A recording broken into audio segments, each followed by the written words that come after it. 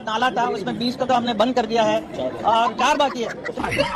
4 का अभी जल शक्ति मिनिस्टर से बात किया हुआ है। उठा ले रे देवा, उठा ले रे बाबा। मैंने अभी गाजा में रमजान का महीना था तो मेरा स्पेशल एनवॉय को मैंने इजराइल भेजा कि कम से कम रमजान में गाजा में बम्बार्डिंग यानी हमले न करें, और उन्होंने पालन करने का भरपूर प्रयास किया।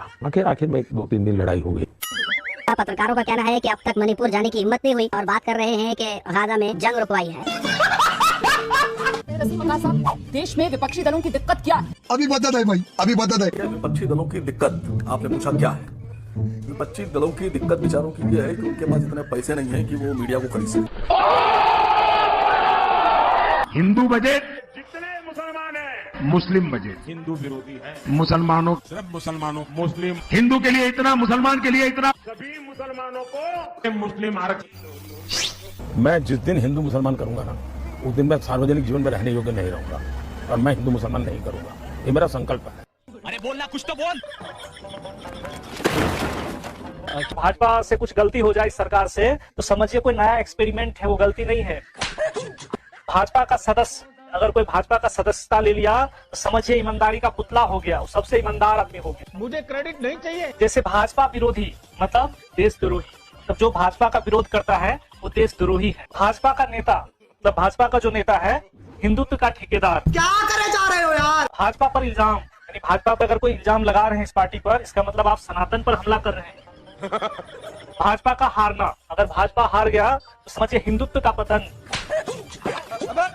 दूसरा कौन मार रहा है? भाजपा से सवाल, यानी भाजपा से अगर कुछ सवाल पूछ रहे हैं इसका मतलब ईडी सीबीआई का छापा। सल्यूट है आपको, मैं कहता हूँ सल्यूट है आपको। यानी इस देश में अगर मुसलमानों की कोई सोच रहा है तो सिर्फ सैयद असीम अकार है और असदुद्दीन ओवैसी हैं। बिल्कुल, अगर हिंदुओं के बारे में मोदी जी सोच सकते हैं, योगी जी सोच सकते हैं, तो मुसलमानों के बारे में असदुद्दीन ओवैसी सोच सकते हैं, आसिम बकार सोच सकते हैं। इसमें इतराज क्यों है? अंतर्राष्ट्रीय प्रेस फ्रीडम का दिन है। विश्व में शायद मुझे कहना पड़ेगा कि दुर्भाग्य है कि भारत का रैंकिंग प्रेस फ्रीडम में 180 देशों में से एक 159th नंबर पर है। I have one question to mister Subhash Chandra sir, payment नहीं पहुंचा क्या? पुतिन चले कि यूक्रेन वाले उनके चेहरे पे देखते रहते हैं कि हमें बताएं, हमें समझाएं, हमारा मार्गदर्शन करें, और वो उनका मार्गदर्शन करते हैं। शायद इसीलिए आज तीसरा विश्व युद्ध नहीं हो रहा है।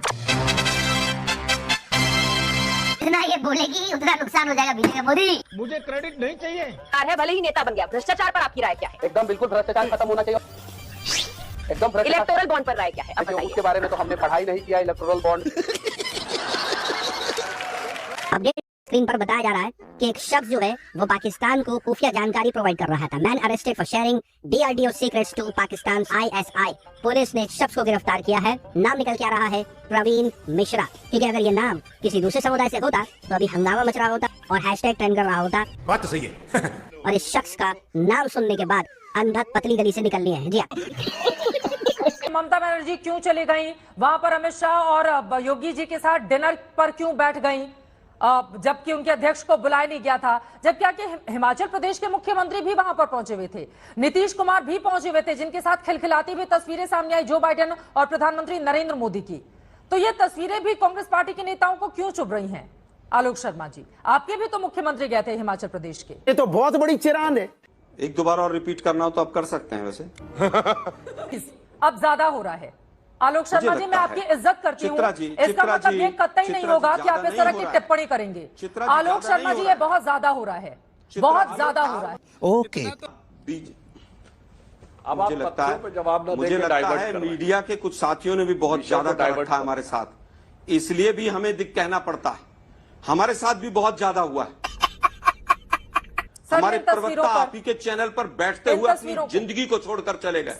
वापस आता हूं मैं, आप सुनिए जरा, थोड़ा सा रहम आप भी रखा करें। विपक्ष हैं हम, कोई बाहर के नहीं, विदेशी नहीं है हम लोग। आलोक शर्मा जी, आप कहाँ की बातों को कहाँ लेकर जा रहे हैं? आप अपना टोन पहले ठीक करें सर।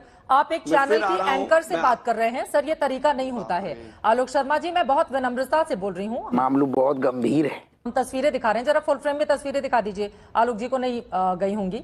यहाँ पर ममता बनर्जी, ये देखिए नीतीश कुमार खिलखिलाकर हंस रहे हैं, प्रधानमंत्री नरेंद्र मोदी, हेमंत सोरेन साथ में है, जो बाइडेन अमेरिका के राष्ट्रपति हैं।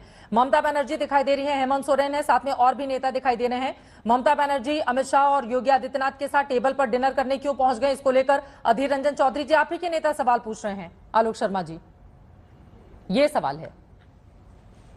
मुझे लगता है 40 मिनट में आपने 4 बार रिपीट किया है ये, और मैंने यही कहा था कि एक बार और रिपीट करना चाहते हैं तो आप कर सकते हैं। मुझे उत्तर तो देने दीजिए मैडम। आप कह रहे हैं विनम्रता से, मैं तो हाथ जोड़ के कह रहा हूं कि आजकल आप ही लोग देश चला रहे हैं, एंकर लोग। गजब बेइज्जती है। हमें बोलने तो दो कम से कम। से पूछना चाहती हूँ आशुतोष जी, ये भाव तब कहाँ गए थे जब अयोध्या में राम मंदिर नहीं था? तब तो लोग कहते थे अरे ये किसी से जमीन क्यों लिए, यहाँ अस्पताल बना दीजिए। आज वही लोग जाकर प्रॉमिस करते हैं, जाकर जहाँ जिस राज्य में चुनाव लड़ते हैं कि हम सबको फ्री टूरिज्म, रिलीजियस टूरिज्म कराएंगे और अयोध्या लेकर जाएंगे। मैं पूछना चाहती हूँ, आज इनको अस्तित्व समझ आया है राम का, पहले भूल गए थे? देखिए नाविका जी, इसमें दो चीजें समझनी पड़ेंगी। एक तो ये धर्म और राजनीति दो अलग अलग चीजें हैं। मैं तो अयोध्या के पास का रहने वाला हूं, इसलिए मुझे मालूम है कि राम क्या है, अयोध्या में कितने आराध्य हैं और पूरे देश में कितना राम के बारे में बात किया जाता है, और वो सब अंतर्मन में है। लेकिन राम के नाम पे जो राजनीति इस देश के अंदर की गई, उस देश को उसका बहुत गहरे आघात लगे हैं। और इसकी शुरुआत किसने की? इसकी शुरुआत की है आरएसएस ने। 1986 में जब अशोक सिंघल ये प्रस्ताव लेकर गए बाला साहब देवरस के पास कि राम मंदिर का जो सवाल है ये पूरी तरीके से सुलझ जाएगा और हम समझौते के लिए तैयार हैं, तब बाला साहब देवरस ने अशोक सिंघल को डांट लगाई और डांट लगाते हुए कहा कि तुम पागल हो। तीसरा एक मिनट सुनिए, मेरी बात सुनिए, देखिए आप मैं बीच में बोला नहीं, मैं सिर्फ बीच में बोला नहीं, मैं बोला नहीं, मुझे बोलने दीजिए, मुझे बीच में बोला नहीं, मुझे बोलने दीजिए। और आरएसएस के नाम पे उसके बाद मैं जवाब देने का मौका दूंगा। आरएसएस के नाम पे क्यों उनको चिकोटी काट ली थी, मुझे कभी समझ में नहीं आई ये बात। मुझे बोलने दीजिए ना, आप तो वैसे भी चाहते कोई ना बोले इस देश के अंदर। उसके बाद बाला साहब देवरस ने डांट लगाई, बोला इस मुद्दे के आधार पर हम इस देश के अंदर सरकार बनाएंगे। आज तक आरएसएस ने कभी भी इस बात का खंडन नहीं किया। ये किताब में लिखित है जो अयोध्या में मौजूद है, बहुत ही वरिष्ठ पत्रकार। दूसरी बात, मुझे इस बात की उम्मीद नहीं थी कि सुधांशु जैसे पढ़े लिखे लोग भी सुप्रीम कोर्ट की बात नहीं मानते। उन्होंने कहा भगवान राम वहां प्रकट हुए, सुप्रीम कोर्ट ने अपने जजमेंट में लिखा ला की मूर्ति रखी गई। मैं नहीं कह रहा हूं ये। उन्होंने कहा कि बाबरी का जो विध्वंस है या एक आपराधिक कृत्य है, ये मैंने नहीं कहा, सुप्रीम कोर्ट ने कहा। तो कम से कम एक राष्ट्रीय पार्टी के ओजस्वी प्रवक्ता होने के नाते सुप्रीम कोर्ट का सम्मान करते हुए सुप्रीम कोर्ट की बातों को तोड़ को मरोड़ कर नहीं रखना चाहिए। ये काल्पनिक चीज 86 में बोला। अरे भाई भूल गए। अरे भाई सुनिए, अरे आप पत्रकार बात सुनिए मानव। अरे भाई मैंने डिस्टर्ब नहीं किया, खंडन नहीं मैंने डिस्टर्ब नहीं किया। कौन आरएसएस खंडन करेगा? कोई पत्रकार लिखेगा आरएसएस खंडन करेगा? पत्रकार कौन होता है लिखने वाला आरएसएस के बारे में खंडन? अब मैं अरे भाई सुनिए आपको, अरे एक मिनट। अरे भाई जुलाई 1984 में लखनऊ के बेगम हसन महल पार्क में राम मंदिर निर्माण के लिए रैली हुई। भाई सर चिल्लाने, मैं जुलाई 1984 में नहीं, आप डिस्टर्ब कर रहे हैं बीच में। मैं आप झूठ बोल रहे हैं, आप झूठ बोल रहे हैं। मैं एक मिनट पूरी बात होने दीजिए। जुलाई 1984 में लखनऊ के बेगम हसन महल पार्क में राम मंदिर निर्माण संकल्प कर रैली हुई और 86 में डांट पड़ गई। क्या याद बात है? उपलब्ध है, फिर डिस्टर्ब कर रहे हैं। अभी गूगल पत्रकार कोई कुछ लिख दे यार। आप क्या तरीका है बहस करने का? भारतीय जनता पार्टी। आशुतोष जी, आप जब बोल रहे थे तो आपको इंटरफियरेंस पसंद नहीं थी। नहीं, झूठ बोल रहे हैं। तो आप जवाब दीजिएगा, पर अपने समय पर पहले आपने सवाल रखे, वो जवाब दे रहे हैं। जवाब सुन लीजिए, फिर सवाल की रैली में गया था, क्या बोलते